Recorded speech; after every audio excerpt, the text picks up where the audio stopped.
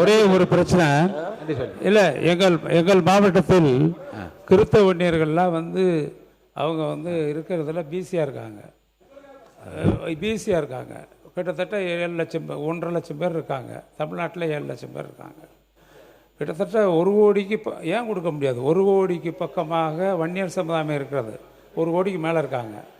அதில் ஒரு 7 லட்சம் பேருக்கு மட்டும் அவங்க எம்பிசியில் இடம் பெறாமல் இருக்காங்க. அதுக்கு கட்டாயமாக அது அவங்க எம்பிசி பட்டியலில் நாம் சேர்ப்பதற்கு இங்கே முதலமைச்சர் அவர்கள் அமர்ந்திருக்கிறார்கள். எம்பிசி பட்டியலில் சேர்த்தால் 1.5 லட்சம் கிறிஸ்தவ வன்னியர்கள் எங்களுடைய மாவட்டத்தில் அவர்கள் இன்னும் பிசியாக இருக்கிறார்கள். அதற்கு பல முயற்சிகள் தடங்களாகிடுச்சு. நீங்கள் இருக்க காலத்தில் அதை பிடிங்க. நன்றி, வணக்கம். அவை முன்னவர் அவர்கள். மாண்பு பேரவைத் தலைவர் அவர்களே, மாண்பு